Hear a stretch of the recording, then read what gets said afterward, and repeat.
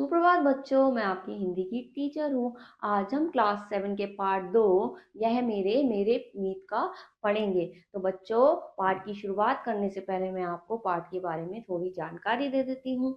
बच्चों, सभी विद्याएं कलाएं हम सीख सकें, ऐसा जो है सीखनी चाहिए हमें। लेकिन ऐसा आवश्यक नहीं है कि सभी हमें आती हो। कुछ पाठ ऐसे होते हैं जिनको पढ़ने से ही हमारी जो है हमें उसके बारे में ज्ञान हो जाता है, विद्याएं हम सीख लेते हैं।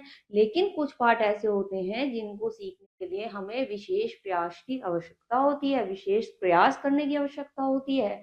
ऐसा ही कुछ जो है उदाहरण इस पाठ में आपको देने का, समझाने का प्रयास किया गया है। पाठ की शुरुआत करने से पहले हम थोड़ी सी जानकारी लेते हैं। चलिए शुरुआत करते हैं। हम सभी कलाएं और विद्याएं सीख जाएं, ऐसा संभव नहीं है। हम सभी कलाएं और विद्याएं सीख जाएं, ऐसा संभव नहीं है। हम सभी कलाएं और विद्याएं सीख जाएं, ऐसा संभव नहीं है। ठीक है ना, सारी चीजें हमें आ जाए ऐसा तो संभव नहीं होती। किसी को कुछ नहीं आता, किसी को कुछ नहीं आता, है ना। ऐसा ही है। परंतु कुछ आवश्यक बातों और शिक्षा की जानकारी होना सभी के लिए अनिवार्य है। लेकिन कुछ जो है आवश्यक जरूरी शिक्षा की जानकारी होना हम सभी के लिए बहुत ही जरूरी है। ठीक है बच्चों। परंतु कुछ पाठ अभ्यास से सीखे जा सकते हैं, परंतु कुछ पाठों को सीखने के लिए विशेष प्रयास की आवश्यकता होती है। कुछ पाठ ऐसे होते हैं केवल अभ्यास से ही हम सीख जाते हैं।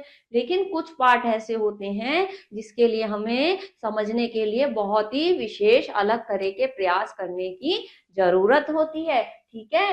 उन्हें यदि किसी उदाहरण के माध्यम से समझाया जाए तो सहज ही याद हो जाते हैं। और वो ऐसे पाठ होते हैं जिनको किसी उदाहरण के माध्यम से समझाया जाए तो वो आसानी से हमें याद हो जाते हैं। ठीक है। प्रस्तुत पाठ में एक कहानी के माध्यम से इस बात को समझाया गया है। इस पाठ में भी आपको एक कहानी के माध्यम से यही बात समझाने का प्रयास किया गया है। ठीक है बच्चों। तो चलिए अब पाठ की शुरुआत करते हैं। ठीक है, चलिए शुरू करते हैं। हमारे शिक्षक उन शिक्षकों में से थे जिन्हें हार्ड स्टॉक मास्टर कहा जाता था है। उनके डर से हम लोग रोज का पाठ रोज तैयार कर लेते थे।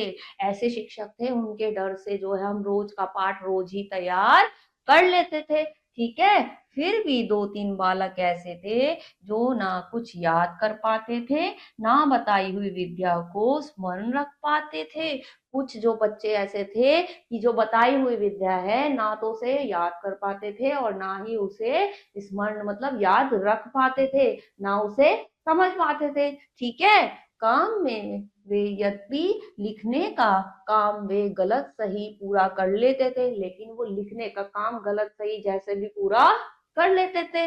अध्यापक ने उनके लिए एक युक्ति निकाली और वह थी कहानी। अध्यापक ने सोचा ऐसे बच्चों को जिनको समझ नहीं आ रहा उनके लिए एक उपाय निकालते हैं, उन्हें कैसे समझाया जाए, उनको कहानी के माध्यम से समझाया जा सके। जैसा कि बच्चों आपने देखा है ना कि कक्षा में शिक्षिका छोटी छोटी कहानियां सुना के आपको बहुत सारे बातें समझाती हैं। ऐसे ही अध्यापक ने वो उपाय निकाला। ठीक है, जिसे मैं अब तक भूल नहीं पाया और ना ही कभी भूल पाऊंगा, और उसे मैं कभी भी भूल नहीं पाऊंगा। जो बच्चों उदाहरण देके समझाया ऐसा दिमाग में बैठ गया कि मैं उसे कभी भी भूल नहीं पाऊंगा।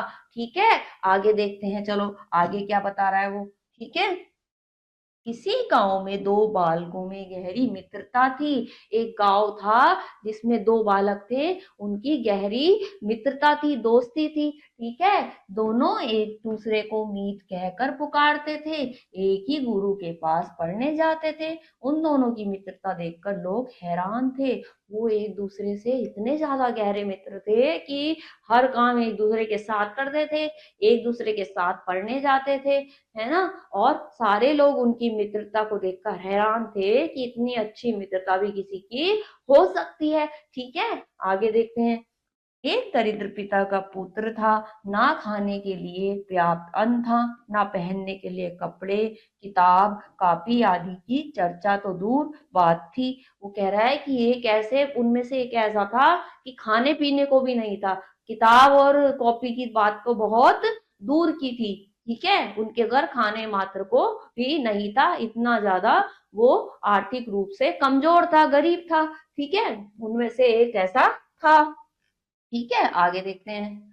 दूसरा धनी व्यापारी का पुत्र था। दूसरा क्या था? बहुत ही अमीर व्यापारी का, एक व्यापारी का बेटा था। ठीक है, उसका घर सब तरह से भरा पूरा था। साथ ही उसके पास अपने मीत के लिए एक दिल भी था। उसका घर बहुत अच्छा भरा पूरा था, बहुत ज्यादा सब चीजें थी, और अपने मित्र के लिए वो अच्छा दिल भी रखता था, यानी उसको सहयोग करने के लिए उसके पास अच्छा दिल भी था। ठीक है, इसी हृदय की प्रेरणा से ही एक दिन वह अपने पिता के सामने गया। यदि दरिद्रता के कारण मेरे मित्र लिख नहीं सकता तो मैं भी नहीं पढ़ूंगा, उसकी तरह मैं भी अनपढ़ दरिद्र ही रहूंगा। अब वो इसी मित्रता के कारण अपने पिता के पास जाता है और कहता है कि अगर मेरा दोस्त जो है नहीं पढ़ पाया तो मैं भी उसकी तरह नहीं पढ़ूंगा, मैं भी उसकी तरह गरीब रहूंगा। जैसे वो रहना चाहता है रह सकता है, क्योंकि उसकी मजबूरी है, वो नहीं कर सकता अपने लिए, तो मैं भी वैसे ही रहूंगा, ऐसा कहता है वो। ठीक है, आगे देखते हैं। इस प्रकार उसने अपने मीत के खाने पहनने और पढ़ाई लिखाई के सारे खर्चे की व्यवस्था अपने पिताजी से करवा ली। ऐसा कह के उसने उसकी सारी व्यवस्था किससे करवाई? अपने पिताजी से करवा ली। ठीक है, कुछ वर्षों तक पढ़ लिख कर दूसरा बालक व्यवसाय में अपने पिता का हाथ बटाने लगा, लेकिन अपने मीत को वे सारे खर्च दिलाता रहा, जिससे वह निरंतर प्रगति करता रहे गया। उसने जो है अपना तो अपने आप को तो जो है व्यापार में पूरी तरह से ढाल के सेट वो बन गया कुछ, और उसने क्या करा, लेकिन इसके बाद भी इतना बड़ा वो व्यापारी बनने के बाद भी अपने दोस्त की मदद करना नहीं भूला, उसके सारे खर्चे उसे दिलाता रहा, और उसका दोस्त भी, उसका मित्र भी धीरे धीरे आगे बढ़ता चला गया। ठीक है, आगे चलकर वह दरिद्र बालक राजनीति, धर्मशास्त्र, अर्थशास्त्र, इतिहास, ज्योतिष आदि नाना विद्याओं के प्रकांड विद्वान के रूप में प्रतिष्ठित हुआ। और वो जो दरिद्र दोस्त था उसका जो है वो भी बहुत सारी जो है विद्याओं के माध्यम से प्रतिष्ठित हो गया, लोगों में प्रसिद्ध हो गया, लोग उसे भी जानने लगे थे। ठीक है, उसकी ख्याति सुनकर उस राज्य के राजा ने अपने दरबार में उसका स्वागत किया और उसकी विद्वता पर मुग्ध होकर उसे अपना मंत्री बना लिया। और उसके बाद एक राजा ने उस राज्य के राजा ने उसे अपना मंत्री बना लिया। ठीक है ना बच्चों, आगे देखते हैं आगे क्या हुआ। इधर बेचारे व्यापारी के भाग्य पर वज्रपात हो गया। अकस्मात एक रात डाकुओं ने उसकी सारी संपत्ति लूट ली, और जान बचाने के लिए जब उसके परिवार के लोग घर से बाहर निकल आए, तब डाकुओं ने उसका घर भी फूंक दिया। और जो व्यापारी उसका मित्र था, जिसने उसकी मदद की थी, उसके घर में लूट हो गई, और यहाँ तक कि उसका घर भी फूंक दिया गया, यानी उसके साथ अब जो है बहुत सारी परेशानियां खड़ी हो गई। ठीक है, आगे देखो। इसी शोक में व्यापारी स्वर्ग सिधार गया, और इसी शोक में व्यापारी जो है वो स्वर्ग सिधार गया, यानी मर गया। ठीक है, उसका पुत्र बेचारा दाने दाने का मोहताज हो गया। परिवार के भरण पोषण के लिए भी उसके सामने भीख मांगने के सिवा कोई रास्ता नहीं रहा। वो इतने ज्यादा वो हो गए कि उनके पास भीख मांगने के अलावा कोई रास्ता नहीं रहा। ठीक है, उसकी अब बहुत ही उसके परिवार की बुरी हालत हो गई। अब देखिए, एक दिन राजधानी के मार्ग पर अपने पुराने मीत को बड़े भिक्षुक रूप में देख मंत्री को बहुत दुख हुआ। अब वो जो मंत्री बन गया था उसका मित्र, उसने उसे ऐसे हाल में देखा तो उसे बहुत ज्यादा दुख हुआ। ठीक है, वह उसे घर ले आया, मीत के परिवार को भी बुलवा भेजा। उसने क्या करा, अपने घर ले आया और उसके परिवार को भी बुलवा लिया। ठीक है, कुछ दिन खिलाया पिलाया। एक दिन व्यापारी मित्र बोला, इस तरह हम कब तक तुम्हारे मेहमान बने रहेंगे? मुझे कुछ धन उधार दे दो, मैं फिर से व्यापार शुरू करूंगा। राज्य का मंत्री होते हुए भी उसके मीत ने इतना धन एकत्र नहीं किया था जिससे वह अपने मीत की तत्काल सहायता कर सके। अब वो कह रहा है कि तुम हमें कुछ पैसा दे दो ताकि मैं उससे व्यापार शुरू कर दूं। लेकिन राज्य का मंत्री होने के बाद भी उसने पैसा अपने पास इकट्ठा नहीं करा था कि वो अपने दोस्त की जो है मदद के लिए उसे पैसा दे सके। ठीक है, आगे देखते हैं आगे क्या होता है। कुछ पल सोचते रहने के बाद मंत्री ने व्यापारी से कहा, विपत्ति में घबराते नहीं मीत। हमारे महाराज प्रत्येक पूर्णिमा के दिन याचकों को दान देते हैं। जो याचक सबसे पहले सामने आता है, राजा उसे 100 मुद्राएं देते हैं। आज से तीसरे दिन ही पूर्णिमा है। कह रहा है घबराते नहीं है परेशानी में। क्या हुआ, तो जो पूर्णिमा आएगी उसमें जो है सबसे पहले उनके सामने, राजा के सामने आता है, उसे वो 100 मुद्राएं दान देते हैं। और आज से कितने दिन बाद, तीसरे दिन जो है पूर्णिमा ही है। ठीक है, आगे देखते हैं। तुम कल रात को ही राजमहल पहुंचकर मुझसे मिलना। मैं राजा के सामने सबसे पहले तुम्हारे पहुंचने की सारी व्यवस्था कर दूंगा। इस तरह तुम्हें 100 मुद्राएं मिल जाएंगी। उनसे तुम्हारे परिवार का भरण पोषण हो जाएगा और कुछ व्यापार भी शुरू कर लेना। वो कह रहा है मैं सबसे पहले तुम्हें राजा के सामने जो है पेश कर दूंगा और फिर तुम्हें 100 मुद्राएं मिल जाएंगी, जिससे तुम्हारे खाने पीने का इंतजाम और एक व्यापार शुरू करने का इंतजाम व्यवस्था हो जाएगी। ठीक है, आगे देखते हैं आगे क्या होता है। व्यापारी की सूखी आशा लता जैसे फिर से हरी हो गई। अब ऐसा लगने लगा व्यापारी को जैसे उसे फिर से जो है उसे कुछ क्या मिली, आशा मिल गई, कुछ होने की उम्मीद जाग गई हो। ठीक है, दूसरे दिन व्यापारी निश्चित स्थान पर पहुंचा। मंत्री की व्यवस्था से उसे मुद्राएं मिल गई। वह हंसता हुआ घर लौटा। अब मंत्री की जो व्यवस्था थी उसे मुद्राएं तो मिल गई और वो खुश होता हुआ अपने घर पे लौट आया। आगे देखते हैं। अब उसका परिवार कुछ सुख से रहने लगा। उसने अपने नगर लौटकर नए सिरे से व्यापार करने की योजना बनाई। दोनों मीत गले मिले और एक दूसरे से विदा हुए। अब क्या हुआ, अब उसने फिर नए दोबारा से व्यापार शुरू करने की योजना बनाई। दोनों जो मित्र हैं दोनों गले मिले, है ना, दोनों जो है खुश हो गए और फिर उसने उसे विदा कर दिया। ठीक है, आगे देखते हैं। मंत्री मंत्री राजकाज में लग गया और उसका व्यापारी मीत अपने व्यवसाय में। वो अपने राजकाज में लग गया और वो अपने व्यवसाय में लग गया। अनुभवी और विपत्ति का मारा होने के कारण उसने व्यापार में अपनी पूरी शक्ति बुद्धि लगा दी। व्यापार चमक उठा। अब क्या करा, उसने अपनी पूरी शक्ति व्यापार में लगा दी। व्यापार फिर से चलने लगा। ठीक है, आगे देखते हैं आगे क्या होता है। उधर मंत्री संपन्न था लेकिन सुखी नहीं। मंत्री जो है संपन्न तो था लेकिन वो सुखी नहीं था। क्यों नहीं था, कारण यह था कि उसका बेटा बहुत नालायक था। उसका बेटा जो था वो बहुत ही बेकार था। ठीक है, क्यों था, लाख उपाय करने पर भी कुछ पढ़ लिख नहीं पा रहा था। ना वह किसी सिखाई हुई विद्या को याद रख पा रहा था। ना तो वो पढ़ता था और ना ही किसी सिखाई विद्या को वो याद रख पाता था। ठीक है, मंत्री को अपने मीत की याद आई और फिर ऐसे में मंत्री को अपने दोस्त की, व्यापारी दोस्त की याद आ गई। ठीक है, जब वह उसके नगर जाने की तैयारी कर रहा था तो उसके बेटे ने भी साथ चलने की जिद पकड़ ली। और जब वह साथ जाने की तैयारी कर रहा था तो उसके बेटे ने कहा मैं भी आपके साथ चलूंगा, इसकी जिद पकड़ ली। वह उसे भी साथ लिए अपने मीत के पास पहुंचा। अपने दोस्त के पास भी अपने बेटे को लेकर पहुंच गया। इस बार उसे उतना ही आश्चर्य हुआ जितना द्वारिका से लौटने पर श्री कृष्ण के मित्र सुदामा को हुआ था। और इस बार उसे उतना ही आश्चर्य हुआ जितना द्वारिका से जैसे कृष्ण जी से सुदामा मिलने आए थे वैसा ही उसे प्रतीत होने लगा था इस बार। ठीक है, आगे देखते हैं आगे क्या हुआ। मीत सचमुच लखपति हो गया था। उसका मित्र जो था बहुत सचमुच लखपति हो गया था। उसने मंत्री का भव्य स्वागत किया लेकिन मंत्री को तो अपनी ही चिंता सता रही थी। लेकिन मंत्री को अपनी ही चिंता हो रही थी। क्यों हो रही थी, मित्र ने जब उदासी का कारण पूछा तो मुंह लटकाए उसने कहा, क्या कहूँ मीत, तुमसे सहायता प्राप्त कर मैं विद्वान बना, राजमंत्री भी, पर सारी सुविधाएं होते हुए भी मेरा पुत्र कुछ भी सीख नहीं सका।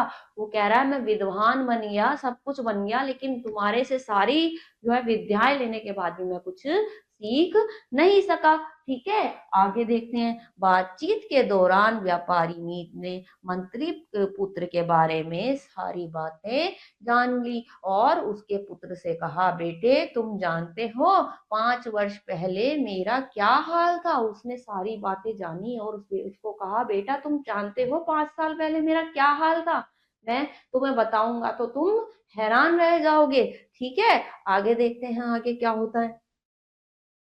कहता है हाँ आप एक दरिद्र याचक थे। कहता है हाँ मुझे पता था आप एक दरिद्र याचक थे। ठीक है, आप बहुत गरीब थे, है ना। वो ऐसे कहता है शाबाश, अब यह बताओ कि मैं लखपति कैसे हो गया। अब कह रहा है अब ये बताओ कि मैं इतना अमीर कैसे हो गया।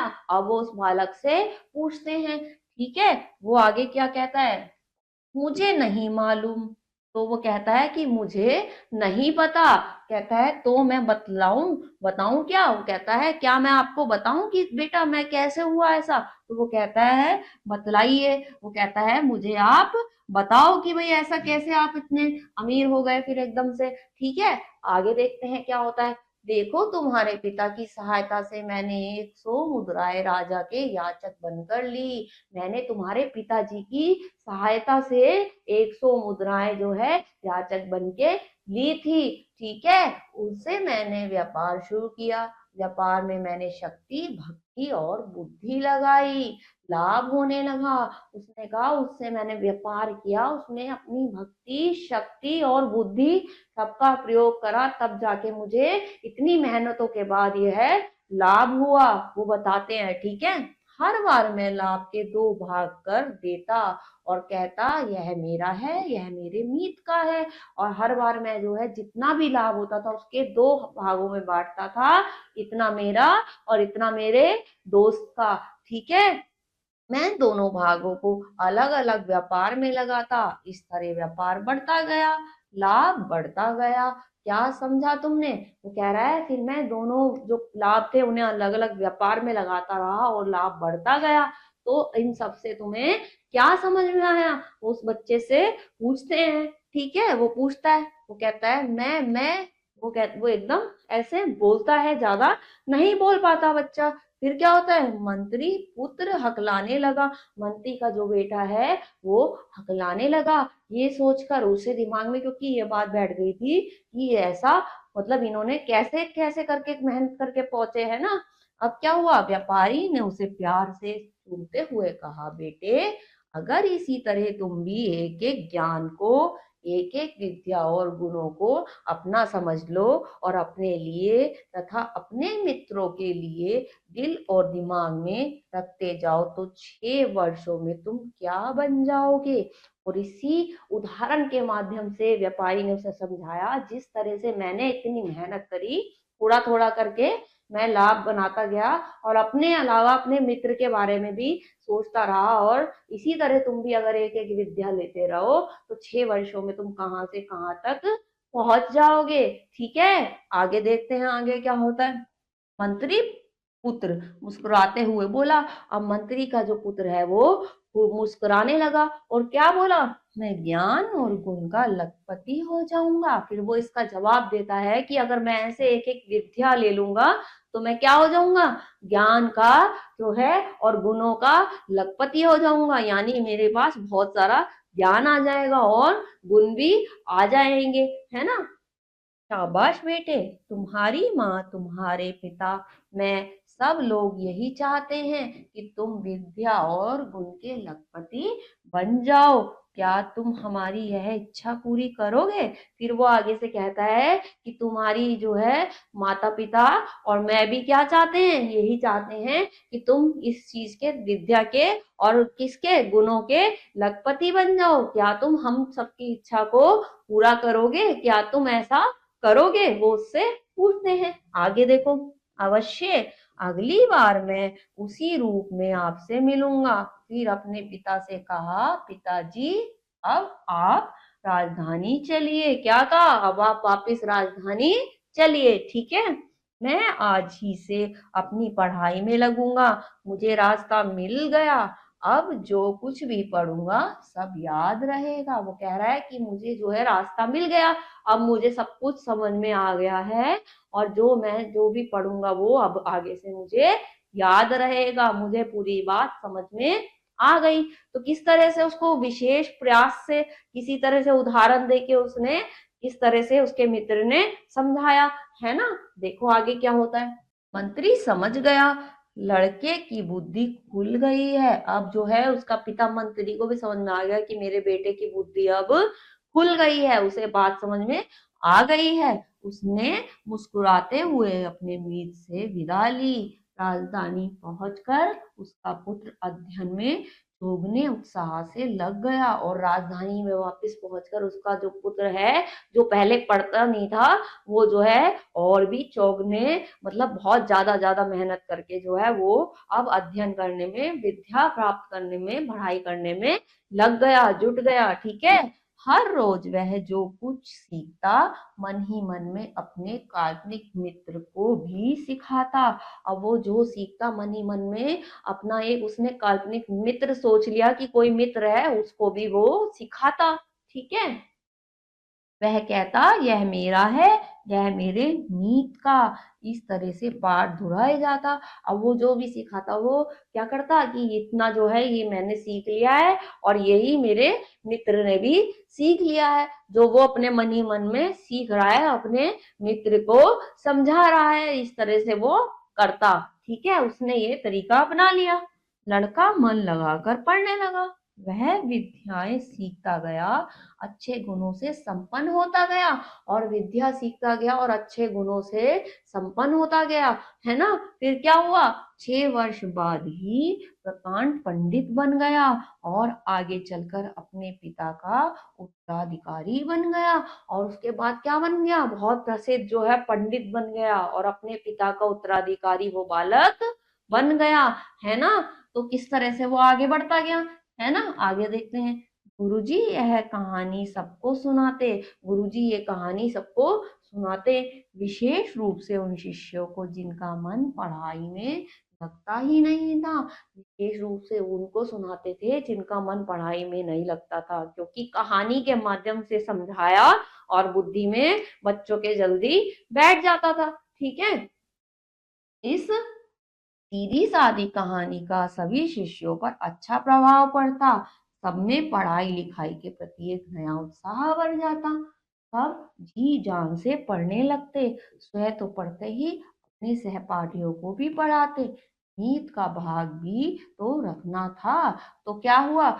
इस तरह से उसने समझाया कि अपना भी भाग रखा और अपने मित्र का भी भाग रखा। इस तरह से जो है उन्होंने किस तरह से उसे कहानी दी, कहानी के माध्यम से उसके बुद्धि में बात बैठी, और वो धीरे धीरे विद्याएं सीखता गया, और या विशेष प्रयास करा ना उसको समझाने के लिए कहानी के माध्यम से। तो वही कह रहे हैं कि उसी तरह से जो है कुछ ऐसे भी पाठ होते हैं जो हमें समझने से, विशेष प्रयासों से समझ में आते हैं। तो ऐसे ही उसने भी विशेष रूप से उसको समझा, और वो आगे बढ़ गया, है ना। तो बच्चों आप इस पाठ को दोबारा से पढ़िएगा, समझिएगा, और फिर अगले पार्ट में कुछ और पढ़ेंगे। तब तक के लिए अपना ख्याल रखिए। ओके।